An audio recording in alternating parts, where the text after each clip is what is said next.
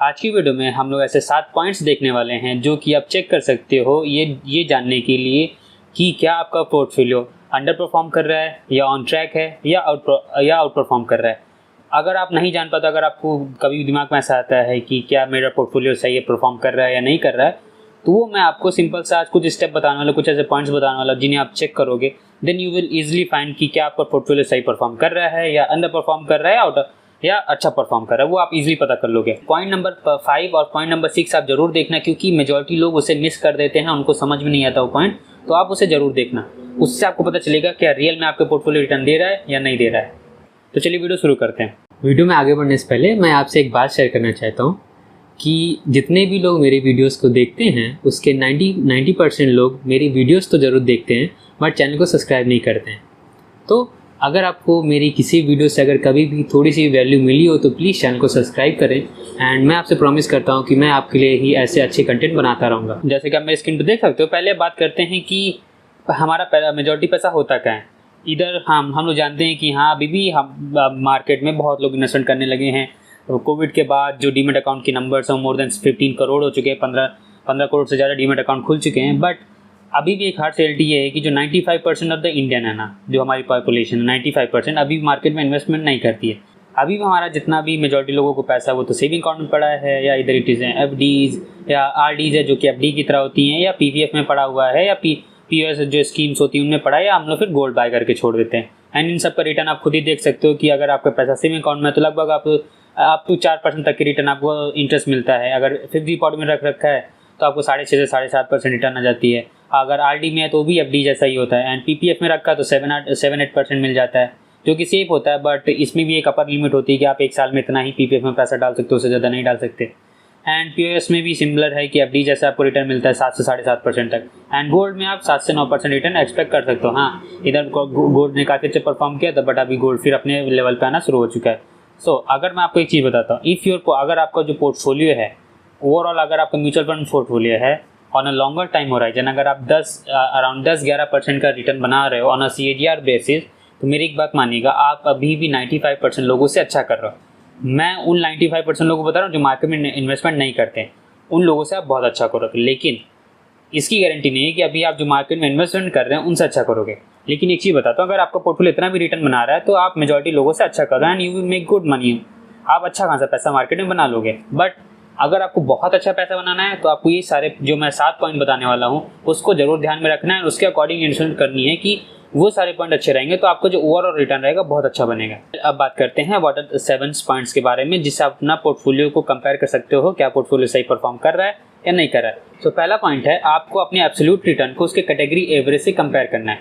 मानिए आप large cap किसी भी कैटेगरी में इन्वेस्टमेंट करते हो, इधर it is large cap, mid cap, small cap, multi cap, किसी में भी करते हो, उसको जो भी फंड आपने ले रखा है, मैं म्यूचुअल फंड की बात कर रहा हूँ, जो भी फंड ले रखा है उसका रिटर्न देखिए एंड देन फिर उसके जो उसका कैटेगरी है कि ओवरऑल जो लार्ज कैप कैटेगरी है या मिड कैप कैटेगरी है उसने कितना रिटर्न दिया है। अगर आपका रिटर्न मानिए 11% का आया है, आपके जो एब्सोल्यूट CAGR आपके पोर्टफोलियो बन रही है, जो फंड आपने लिया उसकी 11% है, लेकिन आप उस कैटेगरी की जो एवरेज बन रही है वो 13% है, तो आप मानिए आपका फंड ने अच्छा परफॉर्म नहीं किया। आपको ऐसे फंड को नहीं रखना चाहिए, क्योंकि एटलीस्ट आपका फंड जो अगर जिस कैटेगरी से कंपेयर करो उतना तो रिटर्न आपको आना चाहिए। क्योंकि अगर आप उस फंड को ना लेके अगर आप सबसे उसका इंडेक्स फंड बाय कर लोगे तो आप उतना रिटर्न बना लोगे, देन आप उसके फंड मैनेजर को उसकी फीस क्यों पे कर रहे हो एंड उसके बावजूद भी कम रिटर्न आ रहा है। तो पहला पॉइंट, अगर आपको ये जानना है आपका पोर्टफोलियो अच्छा परफॉर्म कर रहा है कि नहीं, तो आपको ये देखना है कि योर फंड कंसिस्टेंटली बीट इस कैटेगरी एवरेज और 3 to 5 ईयर बेसिस। आपको ये चेक करना है क्या आपका जो फंड आपने जो फंड ले रखा है उसने अपने कैटेगरी एवरेज को 3 से 5 या 10 साल के बेसिस पे लगातार बीट किया है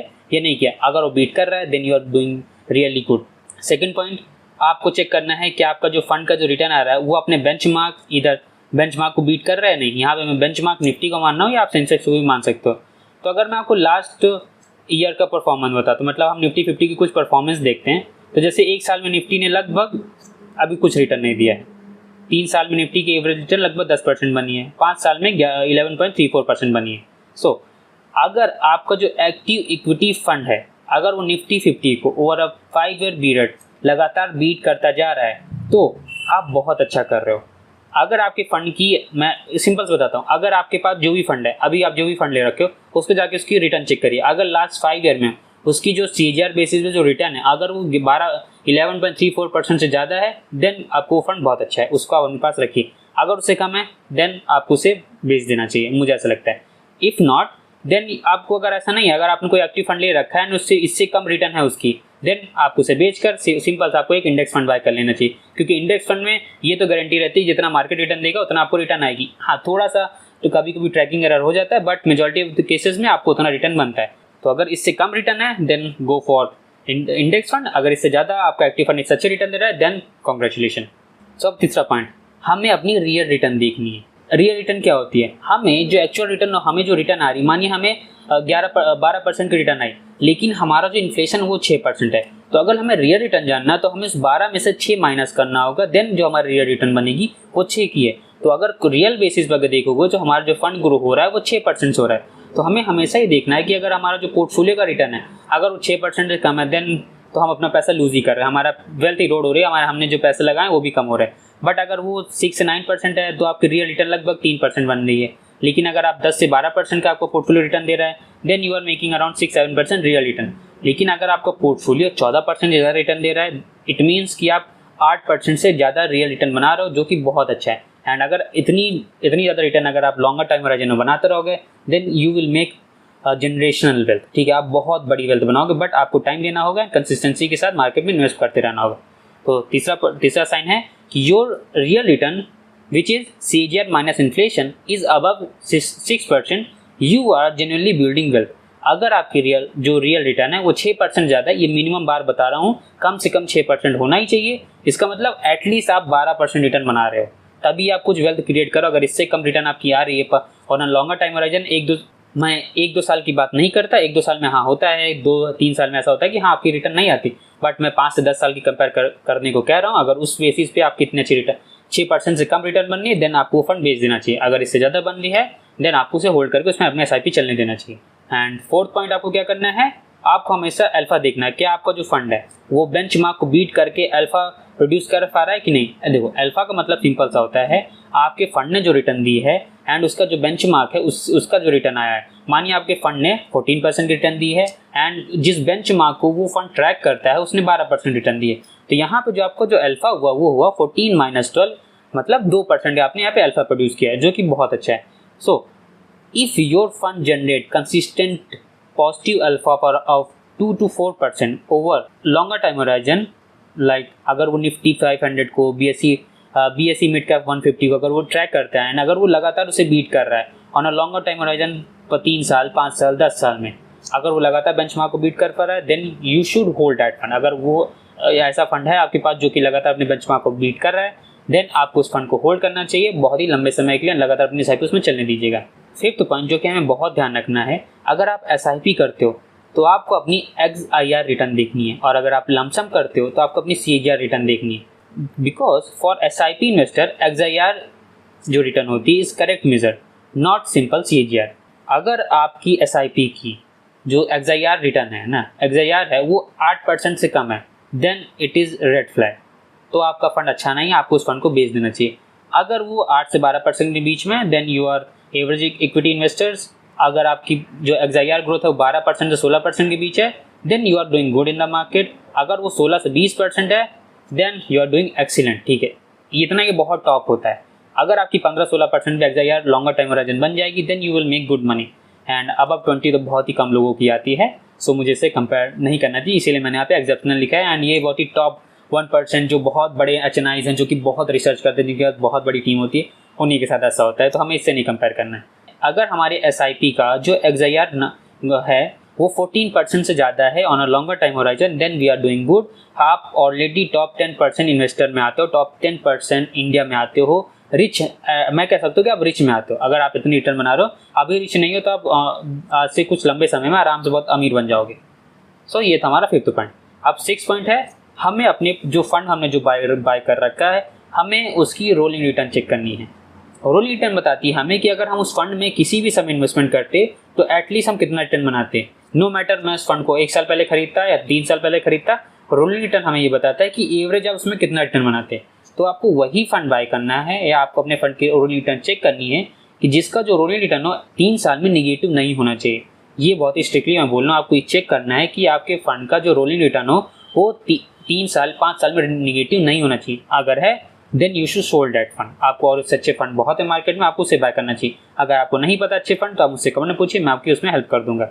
एंड 7 जो कि हमारा लास्ट पॉइंट है, हमें अपने फंड का साफ रेशियो देखना है। ओवरऑल पोर्टफोलियो का आप भी से देख सकते हो। अब आप कहोगे हम पोर्टफोलियो का कैसे साफ रेशियो देखें, हमें फंड का तो साफ रेशियो मिल जाता है, लेकिन आप उसका भी देख सकते हो। आपका जितने भी फंड है, तो 3-4 म्यूचुअल फंड जो भी आपके पास, आप क्या करो, जैसे एक फंड का साफ रेशियो मानी 1 है, दूसरे फंड का 0.85 है, तीसरे फंड का 0.9 है। आप क्या कर सकते हो, इन तीनों को ऐड करिए।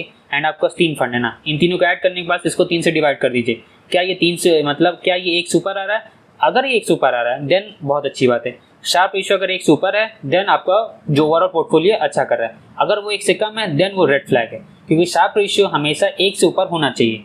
अगर जैसे मैंने यहाँ लिख रखा है, अगर वो 0.5 से कम है देन तो बहुत खराब रिटर्न आ रही है। शार्प रेशियो में ये बताता है कि आपका रिस्क एडजस्टेड रिटर्न कितनी आ रही है, कि अगर आपका fund manager 1 unit of risk ले रहा है तो कितनी यूनिट ऑफ रिटर्न लाता है।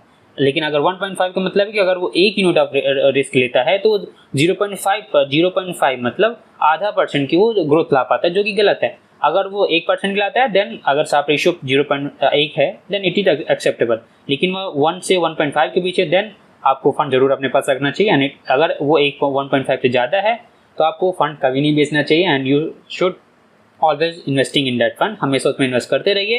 एंड जब आपका रिटायरमेंट होगा देन मैं उसकी गारंटी लेता हूँ कि आप बहुत अच्छा रिटर्न बनाओगे। एंड एक रूल ऑफ थंब बताता हूँ, अगर आपकी पोर्टफोलियो की रिटर्न 14-15% बन नहीं ना, तो मैं आपको रियल बताता हूँ, आप मेजॉरिटी लोगों से बहुत अच्छा कर रहे हो। मे भी आपको पोर्टफोलियो भी छोटा सकता है, मैं पोर्टफोलियो की साइज की बात नहीं कर रहा हूँ, लेकिन अगर ये बेस आपने मेंटेन रखना, अपने ऐसे अच्छे फंड लेते रहे, इसी ऐसे अच्छे फंड में इन्वेस्टमेंट करते रहे, तो आप लॉन्गर टाइम होराइजन में बहुत अच्छे रिटर्न बनाओगे। आज की वीडियो यहीं तक। अगर आपको वीडियो थोड़ी अच्छी लगी हो, लगा मैंने कुछ वैल्यू डिलीवर करी है, कुछ सिखाया है आपको, तो वीडियो को लाइक करिएगा, चैनल को सब्सक्राइब करिएगा। एंड अगर स्टॉक मार्केट इन्वेस्टिंग से रिलेटेड कुछ भी डाउट है आपको, छोटा डाउट आप मुझसे कमेंट में पूछ सकते हैं, मैं आपकी जितनी हेल्प हो सकती है उतनी हेल्प करूंगा। एंड अगर आप मेरे लिंक से जीरोधा का अकाउंट ओपन करते हो तो मैं आपका खुद पोर्टफोलियो बनाने में हेल्प करूंगा। सो तब तक this is Ankit Singh signing off, bye bye. अगर आपको मेरी ये वाली वीडियो पसंद आई है तो आपको मेरी ये वाली वीडियो ज़रूर पसंद आएगी। And for regular stock market update आप मेरे व्हाट्सएप चैनल को ज्वाइन कर सकते हैं।